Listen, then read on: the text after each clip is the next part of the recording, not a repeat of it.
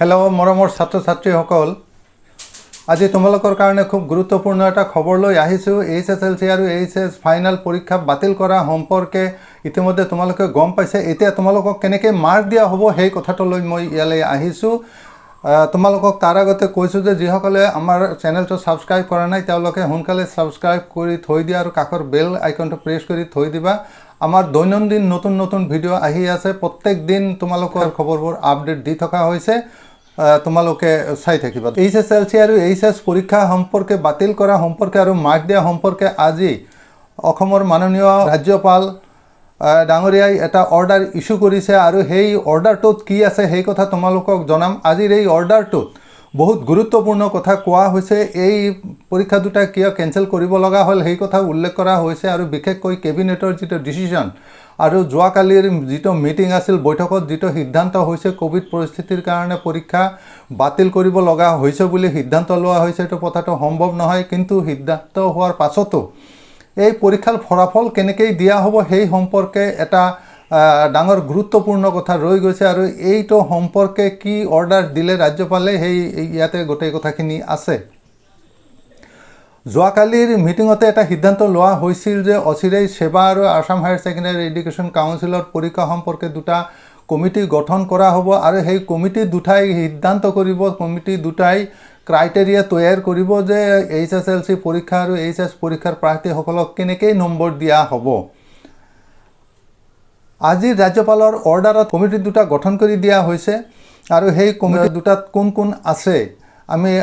সকলোকে জনাইছো ইয়াত দুটা কমিটি কৰা হৈছে সেৱাৰ কাৰণে এটা আৰু HS ফাইনাল পৰীক্ষাৰ কাৰণে এটা দুটা সেপাৰেট কমিটি কৰা হৈছে কমিটিৰ সদস্যসকলৰ নাম আমি কৈ দিছো দশম শ্ৰেণীৰ ফলাফলৰ কাৰণে যেটো নজনীয়া কমিটি গঠন কৰি দিয়া হৈছে সেই কমিটিৰ চেয়াৰম্যান হৈছে ডক্টৰ অলোক বুঢ়াগোহাঁই তাৰ ডিব্ৰুগড় ইউনিভাৰ্চিটিৰ প্ৰাক্তন ভাইস চেঞ্চেলৰ সদস্য বাকি 8 জন আছে সদস্য তাৰে ভিতৰত আছে chairman SEBA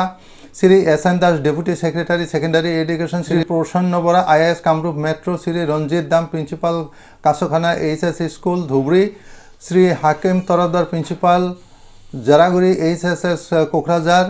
Shri CB Roy principal Kamrup academy Kamrup metro Shri Minal Khound headmaster Mahiram Hazarika high school Golaghat আৰু সেৱাৰ যিজন সেক্ৰেটাৰী আছে তেখেত থাকিব কনভেনৰ হিচাপে HS ফাইনাল পৰীক্ষাৰ কাৰণে যেটো কমিটি গঠন কৰি দিয়া হৈছে সেই কমিটিটো নজনীয়া কমিটি আৰু এই কমিটিৰ চেয়াৰম্যান থাকিব professor Deepak Kumar Sharma vice chancellor Kumar Bhaskar Varma Sanskrit and ancient studies university তাৰ পিছত সদস্যসকলৰ ভিতৰত থাকিব chairman Assam higher secondary education council Shrimati Nibedita Laskar joint secretary higher education Shri SN Barman principal Bibarua college doctor S Barkataki principal Nagaon college Shri Idris Ali principal Dhubri boys government boys higher secondary school Shri Ratan Pal nursing HSS Silchar Shrimati Dipika Choudhury IAS Dibrugarh আৰু Assam higher secondary education কাউন্সিলৰ যিজন secretary তেওঁ থাকিব convener হিচাপে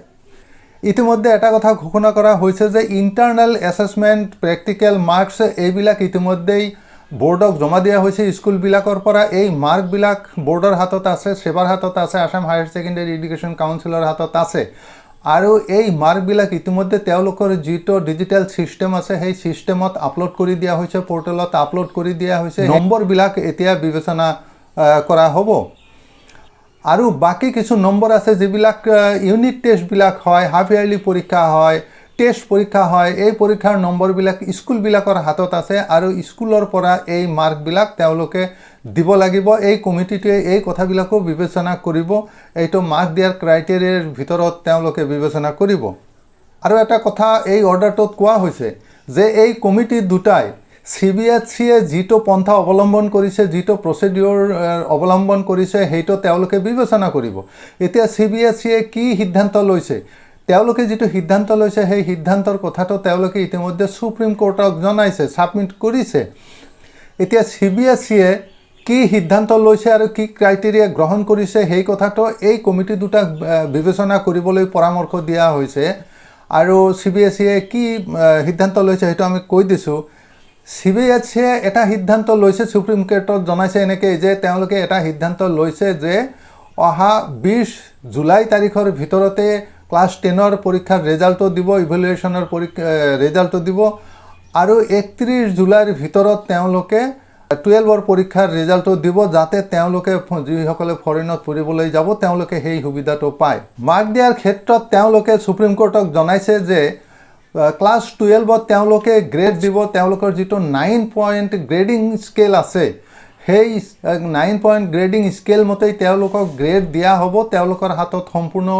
যিবিলাক তেওঁলোকৰ terms পৰীক্ষা হয়, first term, second term, third term, সেই পৰীক্ষাৰ নম্বৰবিলাক আছে, সেইবিলাকৰ ভিত্তিত তেওঁলোকে ইভেলুৱেশ্যন কৰিব। আৰু ক্লাছ 10ৰ কথা কোৱা হৈছে যে তেওঁলোকৰ সেই টাৰ্মছ পৰীক্ষাৰ ওপৰত ভিত্তি কৰি তেওঁলোকৰ ছাবজেক্টৰ নম্বৰবিলাক দিয়া হ'ব। আৰু লগতে আৰু এটা কথা কোৱা হৈছে CBSEত যে তেওঁলোকে ইভেলুয়েশ্যন কৰি যি হাইয়েষ্ট 3টা ছাবজেক্টত মাৰ্ক পায় সেই হাইয়েষ্ট মাৰ্ক পোৱা ছাবজেক্ট 3টাৰ কথাও তেওঁলোকে বিবেচনা কৰিব। আৰু আজিৰ যিটো আমাৰ অসমৰ ৰাজ্যপালৰ চিঠি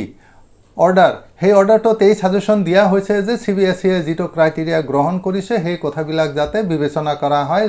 চালি জাৰি চোৱা হয়। আৰু এটা গুৰুত্বপূৰ্ণ কথা কৈছে যে এইটো কথা যোৱাকালিও সিদ্ধান্ত হৈছিল যে যিদিনা এই অৰ্ডাৰটো দিয়া হ'ব তাৰ 7 দিনৰ ভিতৰতে এই কমিটি দুটাই বহি ক্ৰাইটেৰিয়াবিলাক তৈয়াৰ কৰি 7 দিনৰ ভিতৰতে চৰকাৰক জমা দিব লাগিব আৰু তাৰ পিছতেই চৰকাৰে গোটেই কামখিনি আৰম্ভ কৰিব আৰু ৰেজাল্ট দিয়াৰ ব্যৱস্থা কৰিব।